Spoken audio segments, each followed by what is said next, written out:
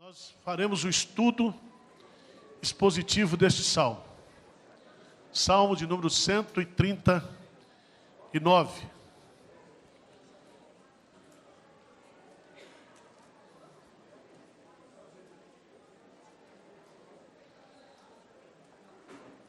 Peça aos diáconos que fecha a porta aí.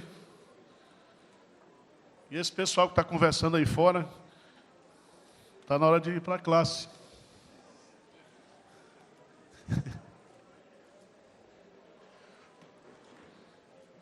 Irmãos, os irmãos podem descer aqui, para vir mais próximo aqui. Quem puder, né? Aqui embaixo a temperatura está 21 graus. Dá para vir. Depois, quem não aguentar subir, sai pela porta aqui, ó. Dá a volta.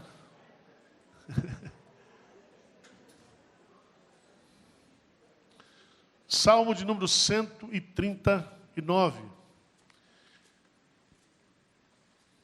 Eu não sei se você sabia, mas Deus nos conhece.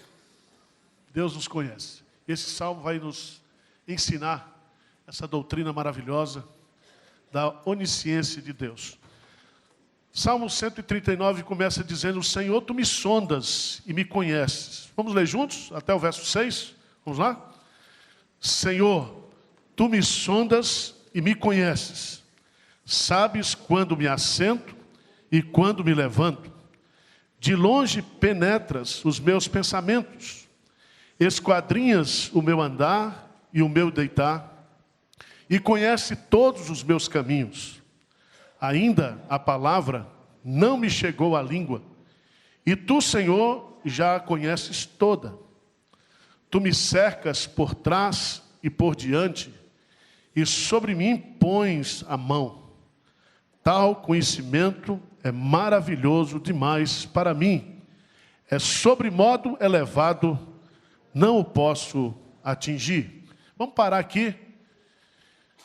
Este salmo foi escrito por Davi. Veja lá na introdução. Ele vai dizer ao mestre de canto. Salmo de Davi.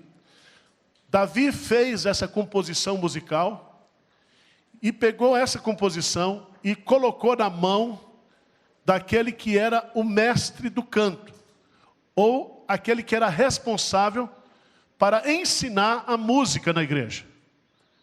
E esse salmo, provavelmente, ele foi introduzido no culto solene. No culto solene. Esse salmo, ele é uma meditação sobre três perfeições de Deus. Deus é soberano. E a soberania de Deus se manifesta em três atributos: a onisciência, a onipresença e a onipotência. A onisciência, Deus sabe tudo da minha vida. Onipresença, eu não posso fugir da presença de Deus. Onipotência, foi Deus que me criou. E como Ele me criou, Ele sabe tudo sobre a minha vida. Essa é a grande diferença, irmãos. Porque esse salmo, que foi escrito por Davi, ele traz para a vida real aquilo que nós chamamos de teologia. E esse eu acho que é o grande pecado nós presbiterianos, é que nós somos muito bons conhecedores da teologia aqui, mas a gente não traz para a realidade prática. Nós podemos dar uma bela aula aqui sobre providência de Deus, mas a gente não vive a providência de Deus muitas vezes. A gente não crê na providência de Deus. E Davi, então, ele vai nos ensinar aqui a meditar, a refletir na profundidade desses três atributos de Deus. Então o salmo está dividido da seguinte maneira. Vamos lá. Você copiar aí a divisão do salmo. Primeira parte, versos de 1 a 6, a onisciência de Deus. A onisciência de Deus. A onisciência de Deus. Ele sabe tudo a meu respeito. Versos de 7 a 12. A onipresença de Deus. Ou seja, eu não posso escapar da sua presença. Eu não posso me esconder de Deus. Terceira divisão, versos de 13 até o verso 18. 13 e 18. A onipotência de Deus. Foi Ele quem me criou de uma forma maravilhosa. E os versos 19 a 24, Davi vai fazer duas aplicações práticas. Ele vai fazer a reflexão sobre esses três atributos de Deus, e depois ele vai fazer duas aplicações práticas, para o ímpio e para ele como crente. Ok? Nós, ocidentais, nós gostamos muito, qual é o salmo predileto nosso? Salmo 23, não é isso? Os americanos leem no nascimento, leem no casamento e leem no enterro. Né? Nós que somos filhos de missionários, nossa igreja é uma igreja filha de missionários dos americanos, então nós aprendemos. Mas para o judeu, para os rabinos judaicos, a pérola do saltério é este salmo. Para os judeus não existe salmo mais bonito do que o Salmo 139. E é bonito mesmo. Eu creio que Davi, ele foi longe na sua meditação com este salmo. O rabino Aben Ezra intitula como a coroa de todos os salmos. Alguém diz que esse salmo é uma pérola preciosa do saltério. Davi está profundamente deslumbrado, impressionado com a onisciência, onipresença e onipotência de Deus. Eu já falei com os irmãos aqui, vou repetir. Uma coisa é você estudar a Bíblia. Outra coisa é você meditar na Bíblia. Quando você estuda a Bíblia, você coloca o alimento na boca. Mas quando você medita na Bíblia, é o processo o quê? Digestivo. É na meditação da palavra, acompanhada da oração, que nós somos nutridos espiritualmente. Você conhece gente que já leu a Bíblia 20 vezes, 30 vezes, e continua do mesmo jeito. A palavra não mudou nada. Ele passa assim pela Bíblia. Mas vamos lá. Vamos começar. Tem muito conteúdo aqui para a gente explorar nessa manhã.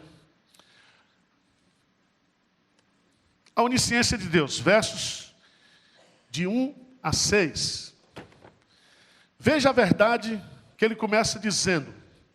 Versículo 1, vamos ler juntos? Senhor, tu me sondas e me conheces. Para aí.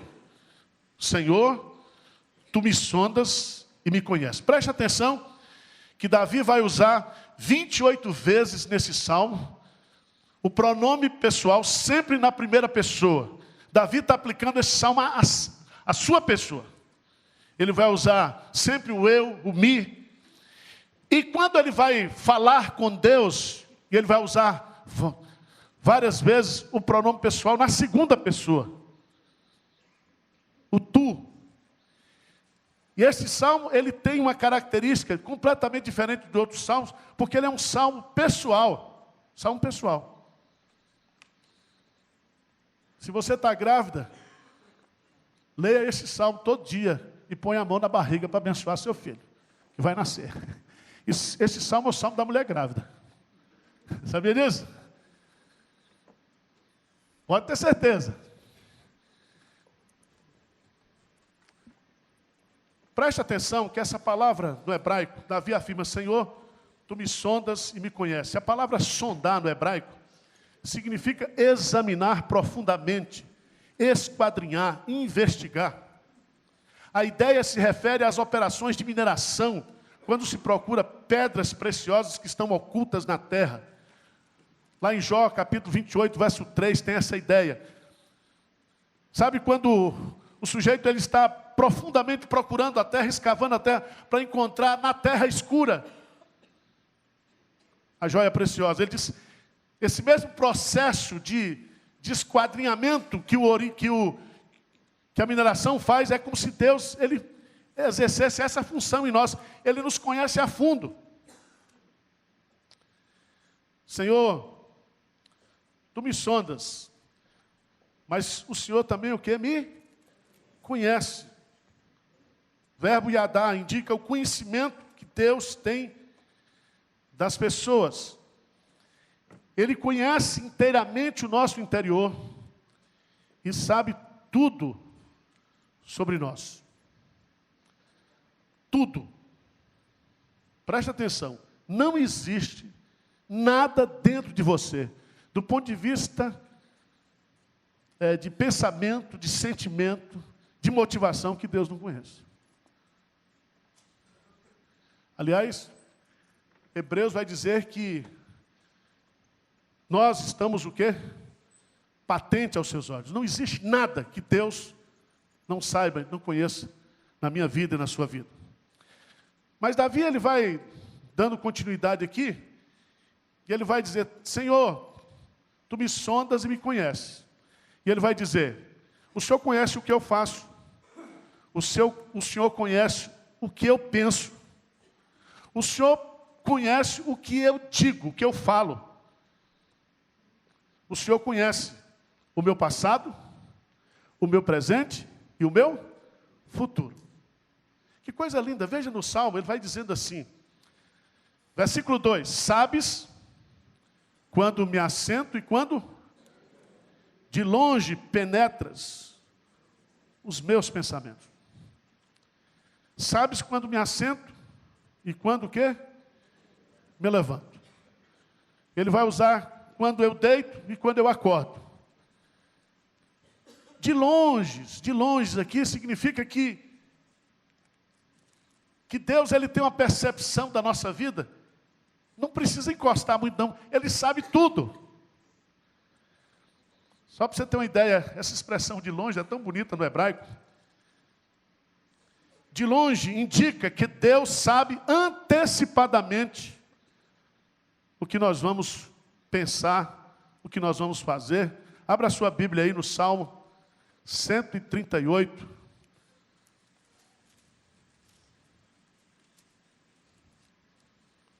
Salmo 138, versículo 6. O que é que diz aí? Salmo 138, 6. O que é que diz? Pode ler.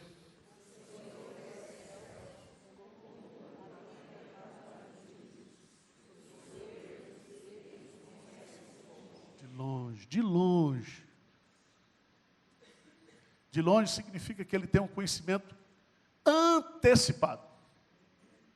Antecipado. Então veja bem, Deus conhece o que fazemos, sabes quando me assento e quando me levanto.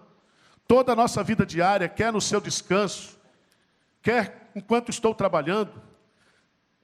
Ele diz aí, esquadrinhas o meu andar e o meu deitar e conhece todos os meus caminhos. Quando estou dormindo ou acordado, onde ando e tudo o que eu faço, Deus examina a nossa vida em tudo o que realizamos. Ele sabe de tudo. De tudo. Isso é bom ou ruim, gente?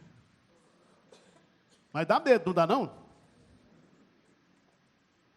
Você já pensou se nós aqui tivéssemos conhecimento hoje, esse conhecimento aí, o que você fez no verão passado?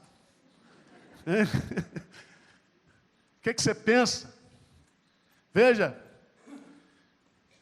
esse Deus maravilhoso, onisciente, Ele sabe o que fazemos, o que pensamos. De longe penetra os meus pensamentos. Os pensamentos, aqui, a ideia no hebraico, enquanto ainda estão sendo formados. Certo? Às vezes a gente está numa discussão, a gente diz, você está dizendo isso. Ele diz, não, você está botando palavra na minha boca. Eu não estou pensando isso. Isso aí você não precisa falar com Deus. Deus já sabe o quê? Tudo. Antes de você formular o pensamento, Deus já sabe. Presta atenção, Deus conhece o que falamos, versículo 4, lê comigo. Versículo 4. O que é que diz? Ainda a palavra me não chegou à língua. E tu, Senhor... Já pensou nisso? Deus sabe o que é que você vai falar hoje o dia todo. Então você toma cuidado. Não fala mal do pastor. Fala só bem. Tá certo? Ele sabe o que a gente vai falar. E essa é uma coisa que eu fico assim impressionado, extasiado. E tem uns exemplos na Bíblia. Vamos lá ver 2 versículos, só para você entender isso de forma prática. Né? Isaías 65, 24. Isaías 65, 24.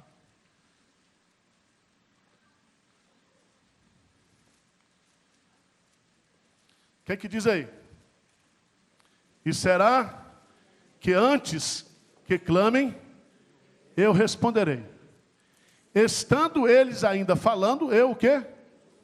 Está vendo aí? O pessoal diz que eu que sou nervoso, que antecipa as coisas. Mas Deus está dizendo aí, ó, gente, você nem começou a orar ainda, você nem começou a pensar, eu já estou respondendo a tua oração, porque eu sei o que você vai o quê? Pedir, eu conheço tudo, eu sei tudo. Agora veja, essa de Jesus aqui é maravilhosa. Lucas 19. Jesus manda tomar emprestado um jumento. Jesus, se ele nascesse aqui no Brasil, ia ser nordestino. Gostava de jumento. Ele não ia ser gaúcho de jeito nenhum. Jesus não ia usar aquelas coisas de gaúcho. Seria nordestino, né? Mas veja que coisa interessante, Lucas 19, 31, ele manda pedir um jumento emprestado.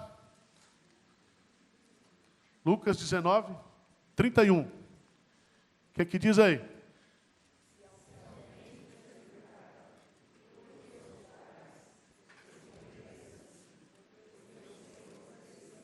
Agora veja no 33.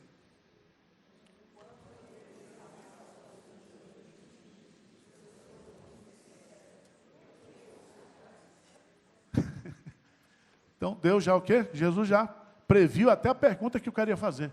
Você vai responder o quê? Assim, Ele sabe tudo. Ele sabe tudo. Mas o que eu acho extraordinário, esse versículo 5. Esse versículo 5 é muito lindo. Versículo 5. 139, 5. Vamos ler juntos? Tu me cercas por trás e por diante, e sobre minha mão, sobre mim pões o quê? O que você entende isso aqui? Nós estamos o quê? Barrão de Deus, nós estamos cercados. Alguns comentaristas no hebraico dizem, tu me cercas por trás, teu passado. Adiante, o teu futuro. E ainda mais, eu ponho a mão. Você está encaixotado, meu filho. Você não tem para onde ir, eu estou com... Né? E essa mão de Deus aqui em cima, quando você vai estudar essa metáfora no contexto do Antigo Testamento, você vai entender que essa mão de Deus que está sobre mim, essa mão me levanta, essa mão me consola, essa mão me disciplina, essa mão também me protege. Tudo de bom que acontece na minha vida, acontece pelo fato de que a mão do Senhor, a boa mão do Senhor está conosco.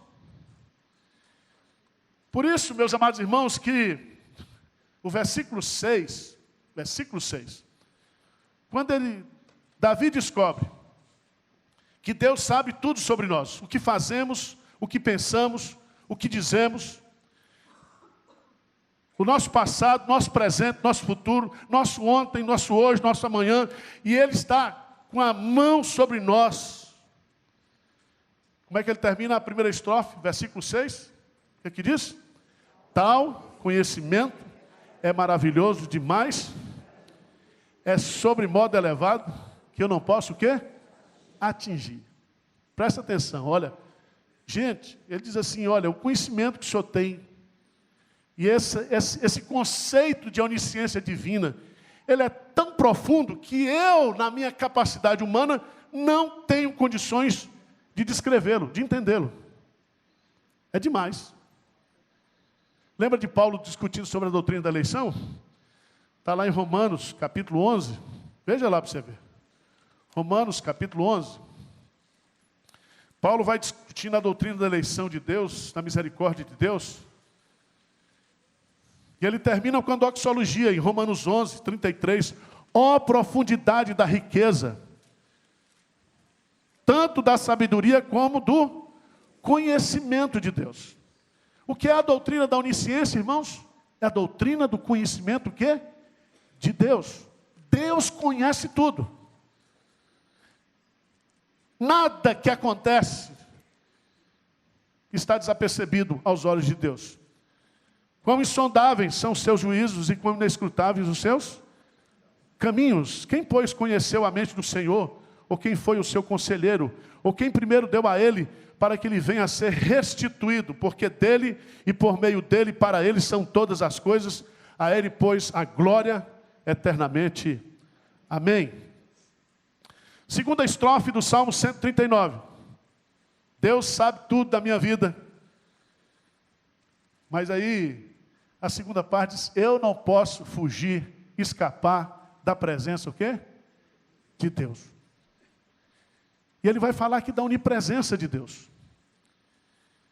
E ele começa no versículo 7 e 8. O que é que ele diz? Para onde me ausentarei do teu espírito? Para onde fugirei o quê? Para aí. Aqui são duas perguntas de retórica, cuja resposta, qual é? Hein?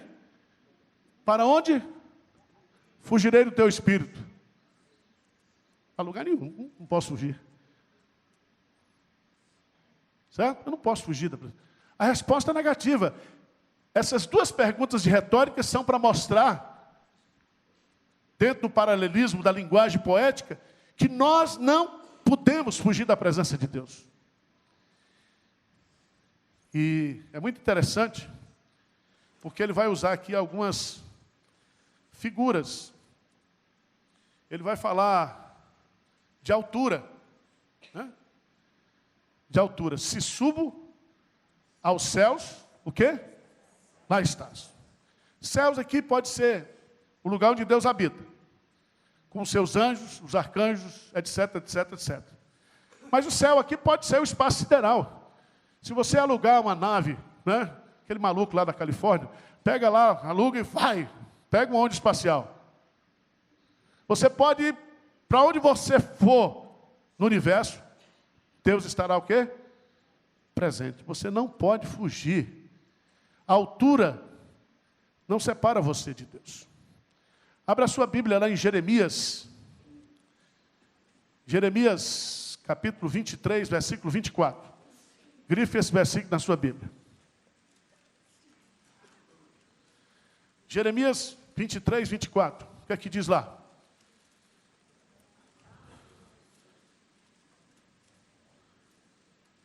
Vamos ler, porque o pessoal está gravando. 23, 24. Vamos lá? Ocultar-se-ia alguém em esconderijos, de modo que eu não veja, diz o Senhor. Porventura não encho eu os céus e a terra, diz o Senhor. A minha presença enche o quê? A terra e os céus. Então a altura não nos pode separar de Deus. E aí ele vai usar a ideia de profundidade. Se faço a minha cama no mais profundo abismo, lá estás o quê? Também. Para cima, para baixo. A palavra no hebraico é Seol. E Seol pode ser lugar onde estão os mortos, ou os vivos mortos. Ou, quem estudou geografia aqui, física, sabe que você vai caminhando para o centro da Terra, até chegar naquela camada que é fogo, que não existe vida. Ou seja, não existe nem altura, nem profundidade que possa nos esconder o quê? De Deus. Aí Paulo pega isso e fala assim, que nem altura, nem profundidade, que nada poderá nos separar do amor de Deus que está em Cristo Jesus. Mas veja o que é que ele vai colocar aqui. Ele fala de altura, se suba aos céus, se faça a minha cama no mais profundo abismo. Ele vai usar a figura de distância. Se tomo as asas da alvorada e me detenho no confim dos mares. Preste atenção. Se tomo as asas da alvorada, aqui ele está falando sobre o Oriente. E a concepção que ele tinha de mar, o mar ia para o Ocidente. Se eu vou para os confins do mar, ou seja, se eu fujo ou para o Oriente, ou para o Ocidente, ou para as extremidades, do ponto de vista de distância, sabe o que ele vai dizer? O que diz aí? Hein? Ainda lá me haverá de guiar a tua mão e a tua destra, o quê? Me susterá. Você lembra do profeta, do profeta Jonas que quis fugir de Deus? Tomou o barco, pagou a passagem. Sempre quando você quer fugir de Deus, aparece um capeta para pagar a passagem. Pode ter certeza disso. Para fazer coisa errada, tem gente para financiar. Tá certo? Vai aparecer alguém que vai ajudar você a querer fugir da presença de Deus. Ele tentou fugir, mas Deus estava lá. Tá certo? Ele tenta fugir de Deus pedindo que jogasse ele o quê? No mar. Deus providenciou o quê? Um peixe, um grande peixe. Então, meus amados irmãos, não adianta. Deus sabe tudo, tudo sobre nós, e nós jamais poderemos sair da presença de Deus. Então, presta atenção. Quando você chegar na igreja, Senhor, estamos adentrando a tua presença. Você já está na presença de Deus, cara. Refaz tua teologia que está errada. Nós não podemos fugir da presença de Deus. Quando você for fazer alguma coisa errada, cada passo que dás, pela senda em que vás, há um Deus que te vê. Deus te vê, Deus te vê. É Big Brother, 24 horas. Tá certo? E ele te vê por fora e por dentro. Porque no Big Brother ele só mostra por fora. E a turma se esconde debaixo do chinil lá, como é do chinil, não, como é que é o nome? Chinil é do interior. Do edredom. Vocês estão assistindo, hein? Estão atualizados o negócio aqui. A nossa vida, irmãos, tudo está diante dos olhos de Deus. Agora, o que eu acho bonito aqui, é que ele vai dizer aqui uma figura, né?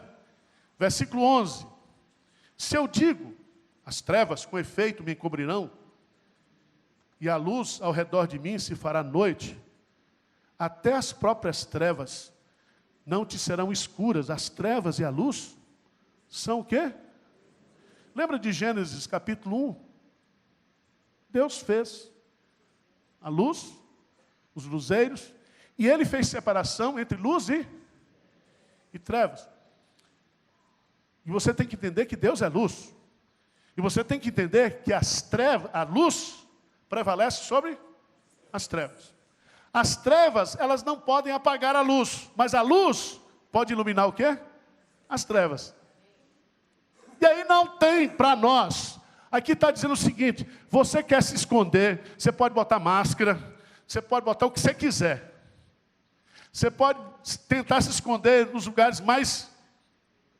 E você sabe que toda coisa errada se faz à noite, não é isso? Assaltar a caixa de banco, 5 horas da manhã. Tudo que é errado, vai fugir, foge de noite. Para sair escondido. Ele diz, olha, isso é besteira para Deus. Tem um versículo que eu gosto muito, está lá em Daniel. Veja lá, capítulo 2 de Daniel. Daniel 2, 22.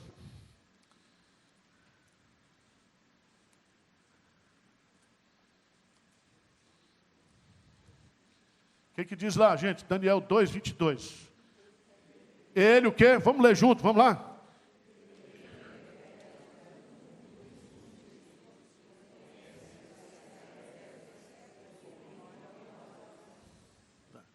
Ele mora onde? Na luz.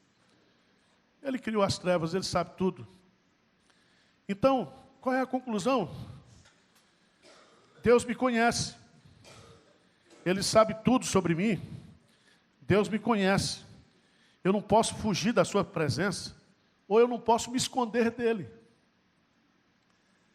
Lembra de Adão, quando pecou? É assim mesmo, quando a gente peca, a gente quer fugir de Deus. Quando a gente peca, a gente deixa de vir para a igreja, foge da igreja. Quando a gente está fazendo coisa errada, a gente fica orando para a gente não encontrar o pastor, ou um membro da igreja conhecido. Já notou isso? Você foi para o forró, no sábado à noite, pensando que ninguém está... Chega lá, você encontra um crente. Sabia disso? Uma vez eu fui, Palestra Itália, jogo, campeonato brasileiro. Falei, vou lá para junto da Mancha Verde. Não quero encontrar um crente aqui nesse estádio. Fiquei junto da Mancha Verde, maconha comendo, e aí aquele bandeirão vinha, a fumaça da maconha. E eu lá, aí um cara, Pastor Arival. Eu falei, não é comigo. Era um pastor. Eu falei, você não é São Paulino, o que você está fazendo aqui? Ele falou, não, porque minha filha é palmeirense, eu vim trazer minha filha hoje para assistir o jogo. Eu falei, mas justamente hoje, eu estava indo tão bem, achando que ninguém. Você já notou isso? Deus cerca você. Deus está de olho em você, meu irmão. Louvado seja o nome do Senhor por isso. Mas veja que coisa linda, ele vai colocar, a partir do versículo 13, versículo 13, ele vai dizer, eu não posso, Deus me conhece tudo, sabe por quê? Porque além de ser onisciente, onipresente, ele é onipotente. Foi ele quem me fez. Quem me fez? Aí o que ele vai dizer a partir do versículo 13? Salmo 139, versículo 13. Diz assim, pois tu formaste o meu interior, tu me teceste no seio de minha mãe. Que coisa linda isso aqui. Primeiro, formar é o verbo criar, construir a partir do nada. Por exemplo, quando foi que você passou a existir? Hein? Foi no dia que seu pai transou com sua mãe, XY, o espermatozoide furou, você nasceu. Se a alma é indivisível, quando foi que sua alma foi criada? Foi sua mãe, seu pai? Entrou com XY e aí nasceu você? Não. Deus fez você. Enquanto os XY estavam se juntando, ele estava criando você. Por isso que ele fala, esse verbo tecer vem de tecido. E o que é o tecido? São fios que se entrelaçam. Por isso que o texto, a textura do texto, quando você estuda o texto, você vai às partes do texto, para você compreender o todo. E aí você vai descobrir que nós somos trabalhados por Deus, e louvado seja Deus, porque não existe ninguém igual. Você é uma peça rara, única. Diz amém aí, por favor, pelo amor de Deus. Deus teceu você, Deus formou você. Só existe um Milton, não existe dois Milton, não existe um Milton segundo, Milton terceiro, Milton quarto. Só existe essa figura aí. Se aparecer outra do Paraguai, né? Único. Ele disse, tu me formaste. Né? Tu me teceste. Onde, gente? No útero. Isso aí é a concepção.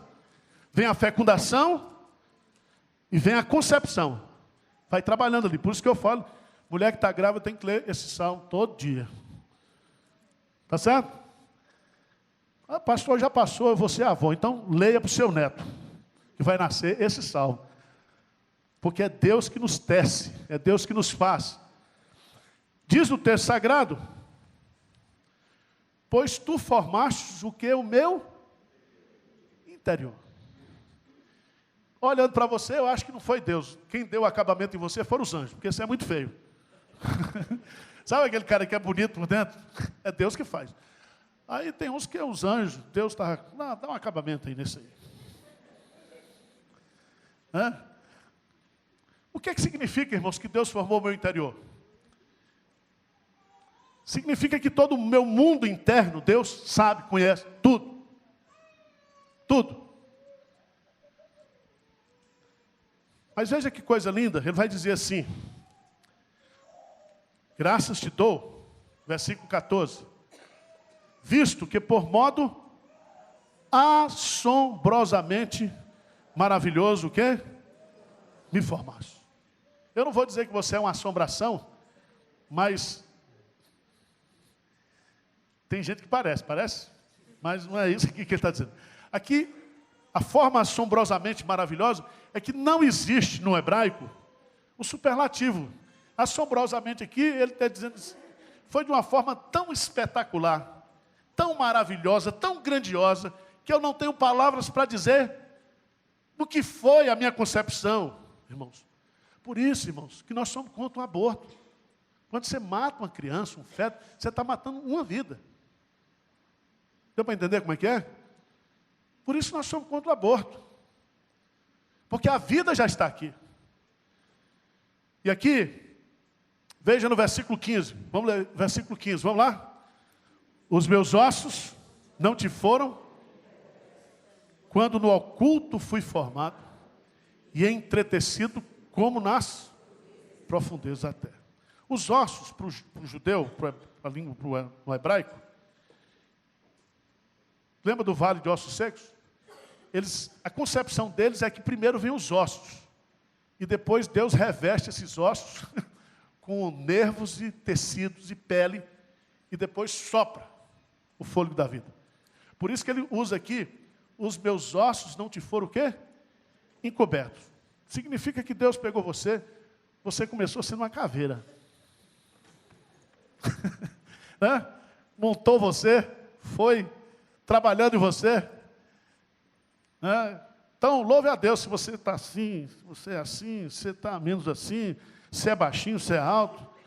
Louve a Deus, porque os nossos ossos não foram encobertos na nossa criação. E ele vai falar quando no oculto fui formado, e ele vai usar novamente essa expressão entretecido. Não dá tempo, irmãos. Versículo 16, os teus olhos me viram a substância ainda informe. Ou seja, eu era ainda rascunho. Eu era um rascunho ainda. E aqui vem uma coisa maravilhosa, que muita gente não concorda. Diz que, isso é... Mas a Bíblia está dizendo que é. Ele diz, todos os meus dias, cada um deles, escrito e determinado, quando nenhum deles havia o quê? Ainda. Presta atenção que no culto das 11, eu vou pregar sobre o Salmo 13. Certo? Síndrome do abandono. Então, você tem síndrome de cachorro que caiu da mudança, você vai ser curado hoje. Né? Como é que você vai dizer para Deus que Deus não está se importando com você? Se toda a sua vida foi planejada por Deus, foi escrita por Deus, Deus sabe tudo sobre a sua vida. Aí você diz, o meu direito passou desapercebido, Deus não se importa comigo, o Senhor me abandonou. Maria criticou Jesus porque ele chegou atrasado. Se o Senhor tivesse chegado 4 dias antes, o meu irmão não teria o quê? Morrido. Às vezes a gente acha que Deus está atrasado, que o tempo certo de Deus não se concretiza na minha vida. Preste atenção, irmãos. Está aqui, ó. Deus fez um rascunho da nossa vida. Ele nos viu em forma de rascunho e Ele, de uma certa forma, que planejou a nossa existência. Planejou. Vamos abrir a Bíblia. Preste atenção. Você não nasceu porque seu pai e sua mãe errou a tabelinha. Ou porque não usou camisinha naquela... Você nasceu porque Deus quis que você o quê? Nascesse. Então, se encha de valor, meu irmão. Você tem valor. O que esse texto vai nos ensinar? É que Deus nos formou de maneira planejada e proposital. Jó 14:5.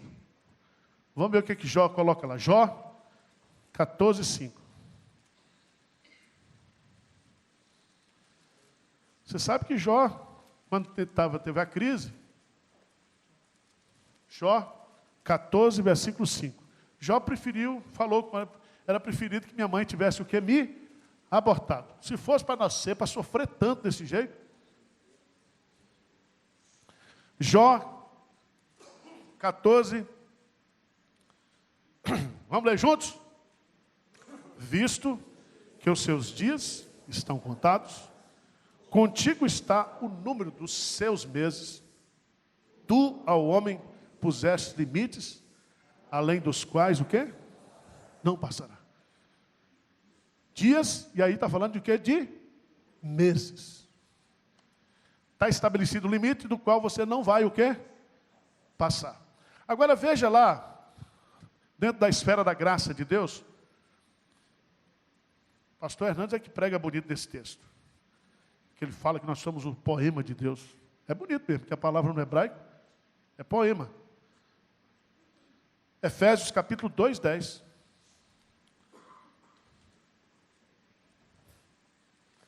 Deus fez você com essa estrutura, essa natureza humana aí, mas Deus fez você também em Cristo Jesus, fazendo de você uma nova o quê? Criatura. Quem nasceu da carne é carne, mas você nasceu da carne, você também nasceu do Espírito. Necessário vos é nascer de novo, e você então foi formado por Deus 2 vezes. E ele vai colocar aqui 2:10. Vamos ler juntos? Pois somos feitura dele, criados em Cristo Jesus, para as boas obras, as quais Deus de antemão preparou. Então veja bem, você tem que fazer a seguinte pergunta: se eu sou crente, Deus tem obras preparadas para que eu ande nessas obras, para que eu concretize essas obras. Então você, meu irmão, existe, tanto do ponto de vista físico, quanto do ponto de vista espiritual, para cumprir os propósitos de Deus. Porque todos os seus dias estão escritos e determinados. Aí você diz, pastor, aquele dia que eu fiz a besteira foi, aquele dia Deus deixou a vontade permissiva dele, para você fazer aquela besteira. Tá certo? Este é o dia que fez o Senhor. Alegremos-nos e tem um dia da luta, tem um dia do choro, tem um dia do sorriso, tem um dia da festa, tem um dia do luto, né? Tem um dia mau, tem um dia bom. Mas todos esses dias estão descritos pelo Senhor para a nossa vida. Agora, vamos terminar. Salmo 139. Deus me conhece. Deus me conhece porque Ele é onisciente. Deus me conhece porque Ele é onipresente. E Deus me conhece porque Ele é onipotente. Foi Ele que me fez. De uma forma maravilhosa. Agora, Ele vai dizer no versículo 17, que preciosos para mim, ó Deus, são os quê? E como é grande o quê? A soma deles. Sabe o que Davi está falando aqui? De vez em quando, irmãos, a gente tem que parar um pouco para ficar contando os pensamentos de Deus. Sabia disso? Não tem um hino que diz, contas muitas bênçãos, dize-as de uma vez, e verás surpreso quanto. Às vezes você só senta para contar problema, você só senta para... Você pega um rosário, fica lá contando, aquelas bolinhas, prendeu um Pai Nosso, uma Ave Maria. Não, meu irmão. Davi aqui, ele está meditando nos pensamentos de Deus, contando os pensamentos de Deus, contando as ideias de Deus. E Davi sabia que os meus pensamentos não são os pensamentos do quê? De Deus. Que os pensamentos de Deus para mim são pensamentos de paz e não de mal. Tudo que Deus pensa para nós é bom. É bom. Mas aí ele vai fazer. Versos 19 a 24. Aplicações práticas. Ele já fez a aula de teologia Os 3 atributos de Deus. 2 aplicações. Ele vai aplicar isso do 19 ao 22 para o ímpio. Para o ímpio. O que ele vai dizer? Tomara, ó Deus, desses cabos do perverso, apartai-vos, pois, de mim, homens de sangue. Eles se rebelam insidiosamente contra ti, e como teus inimigos falam o quê? Malícia. Não aborreço eu, Senhor, os que te aborrecem? E não abomino os que contra ti se levantam? Aborreço-os com ódio consumado. Para mim, são o quê? Olha, está falando isso sabendo que Deus sabia que ele realmente estava aborrecido com os inimigos. Mas o que ele está colocando aqui é o seguinte: Deus sabe tudo, Deus está em todo lugar, Deus pode tudo, então vai chegar uma hora que o ímpio será o quê? Punido. Os inimigos de Deus serão castigados. Deus sabe tudo, meu irmão, pode ter certeza. Deus sabe quando o crente é perseguido, Deus sabe quando o crente ele é difamado. Deus sabe tudo, Deus sabe tudo. Então Davi aqui, ele diz assim: Senhor, então, já que o Senhor sabe tudo, pode tudo, está em todo lugar, dá uma limpada. Isso aqui, irmãos, não é muito cristão, não. Porque a Bíblia diz: orai por aquele que vos persegue, orai pelos vossos o quê? Inimigos. Mas você tem que entender que na poesia hebraica, Deus deixa Davi colocar o sentimento dele para fora.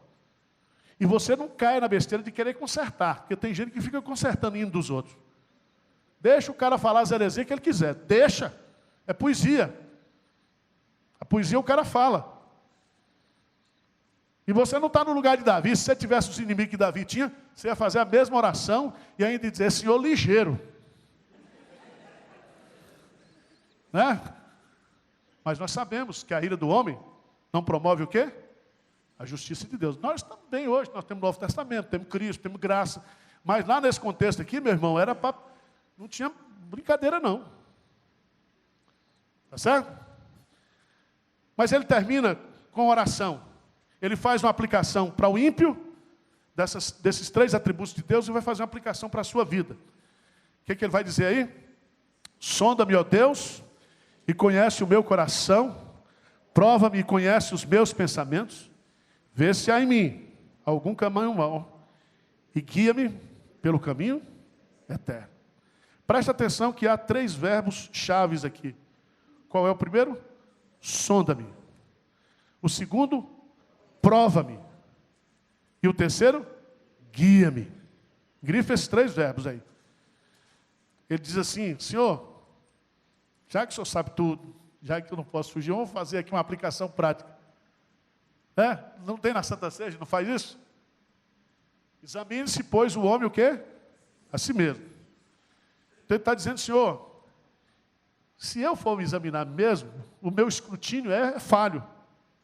É falho. Davi está reconhecendo aqui isso que todos nós devemos reconhecer, que se for para fazer... nós somos bons demais. Nós temos uns defeitinhos. É assim? Mas ele está pedindo para Deus: Senhor, o Senhor é onipresente, onisciente, onipotente. Então, sonda-me, sonda-me. A ideia aqui é de colocar uma sonda mesmo, é de ir lá, nas entranhas de Davi, dizer: sonda-me, sonda-me. Depois diz assim: prova-me. O que é provar aqui, irmãos? Testar. E aí ele diz assim: mas Senhor, não adianta sondar, não adianta provar e dizer: faça isso, que eu não vou fazer. Então que o Senhor o quê? Me guie. Que o Senhor me conduza. Vê se há em mim algum caminho mau. Você acha que tem ou não? Assim, só tem caminho mau. E há caminhos que aos nossos olhos parecem o quê? Direitos, mas são caminhos de morte. Por isso que nós precisamos da assistência do Senhor, para que Ele possa fazer essa amostragem do que existe dentro de nós. E Ele vai também nos guiar. Veja que Davi aqui, pega os verbos, todos estão na voz o quê? Passiva. Quem é o sujeito da ação de sondar, de provar e de guiar? É Deus. É Deus. Irmãos, quanto mais perto de Deus, mais a gente vai vendo a sujeira que está dentro de nós. Certo? Quando olha de longe assim, tem pouca. Mas quanto mais a gente aprofunda, quanto mais a gente se coloca no escrutínio de Deus, mais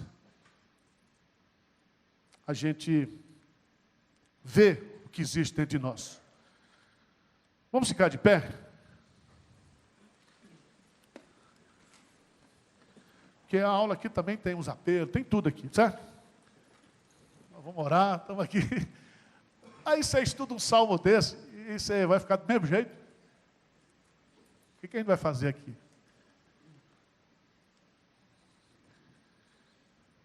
Thomas Brooks diz, assim como o cristão nunca está fora do alcance da mão de Deus, também não está fora do alcance do olho de Deus. Deus está olhando para você, meu irmão. Preste atenção, se não existisse 7 bilhões, só existisse você no mundo, você era e é a pessoa mais importante para Deus. Você é uma peça exclusiva. Quando Deus fez vasos de honra, o nosso Deus, ele não trabalha em série, ele trabalha peça por peça. Então que você pense nisso. Pare de reclamar, pare de lamuriar, pare de murmurar. Você é especial para Deus. Amém? Como diz Armando Filho, você tem valor, o Espírito Santo habita em você. Você é uma peça rara de Deus. Algumas aqui raríssimas. Raríssimas. Ô, Denis, vem cá orar, Denis, por favor. Ó, é uma peça rara aqui. Isso é uma bênção. Ora, louvando a Deus pelas nossas vidas. Deus Pai Todo-Poderoso, nós agradecemos ao Senhor pela sua palavra, pelo salmo maravilhoso que nos foi trazido pelo pastor Arival na manhã de hoje. Nós agradecemos a graça da presença do seu Filho Jesus, do seu sangue salvador em nossas vidas, e pela comunicação reestabelecida, que nós somos vencedores perante o pecado. Deus Pai Todo-Poderoso, que o Senhor abençoe a nossa manhã, que a gente possa receber a palavra em nossos corações, que ela possa penetrar o tecido da nossa fibra mais profunda. E a gente pede ao Senhor que abençoe todas as nossas famílias que estão aqui, as crianças, as pessoas que estão em casa por algum motivo não puderam vir, e que nos proteja ao longo do domingo. Rezamos tudo isso em nome do seu Filho amado Jesus Cristo, nosso Salvador. Amém.